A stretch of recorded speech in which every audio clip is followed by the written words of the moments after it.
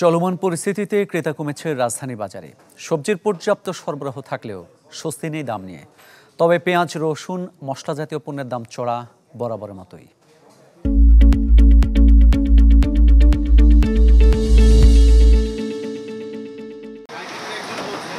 একরাশ অনিশ্চয়তা, আতঙ্ক নিয়ে পেটের দায়ে ঝুঁকি উপেক্ষা করে বাজারে মানুষ উপস্থিতি কিছুটা কম।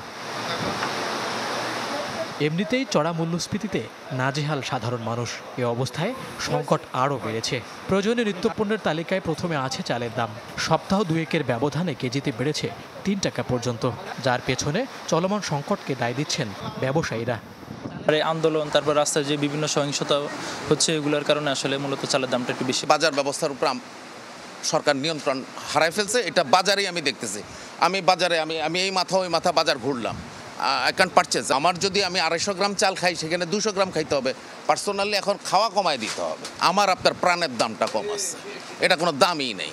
সকালে 7টার দিকে আসছি, এই পর্যন্ত কোনো বিসমিল্লাহ হয় নাই, তো এইভাবে চলতেছে।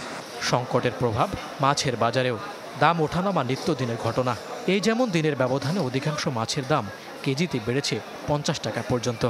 কালকে ভাবনা বেচছি 500 টাকা দিয়ে আনছি, আর 550। তা আমরা কিন্তু গাড়ি না চলে মাছ না এলে বেটা বয় আয় না। চিন্তা করতেছি তার থেকে বেশি দাম হয়ে যাচ্ছে। 500 টাকার দাম 1000 টাকা হয়ে গেছে। আর ঘুরে ঘুরে এখন মাছ না কেনার চিন্তা করলাম যে চলে যাই। সবজিতেও মিলছে না স্বস্তি। পটল, পেঁপে, ঢেঁড়সের কেজি 150 টাকা হলেও বেগুন, করলা, কাঁকরোলের জন্য প্রতি কেজিতে গুনতে হচ্ছে 80 টাকা। আর কাঁচা মরিচের দর ঠেকেছে 280 টাকায়।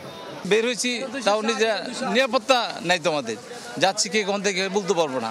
স্বাভাবিক উপার্জন, তাদের বেঁচে থাকার কোনো উপায় নেই। হয় মরতে হইব, আর নাহলে কি করতে হবে আমরা জানি না। এই আয়ে এই বাজারে সাধারণ মানুষের বেঁচে থাকার কোনো সুযোগ মনে হয় থাকবে না। সব সবজির দামে বেশি। সরকার তো জনগণের দিকে তাকায় না, জনগণের দিকে যদি তাকাইতো তো জনগণ আরো ভালো চলত। নিত্যপণ্যের বাজারে কবে মিলবে স্বস্তি, এই এক প্রশ্নের উত্তর জানা নেই কারোরই। মইনুল হাসান, চ্যানেল 24, ঢাকা।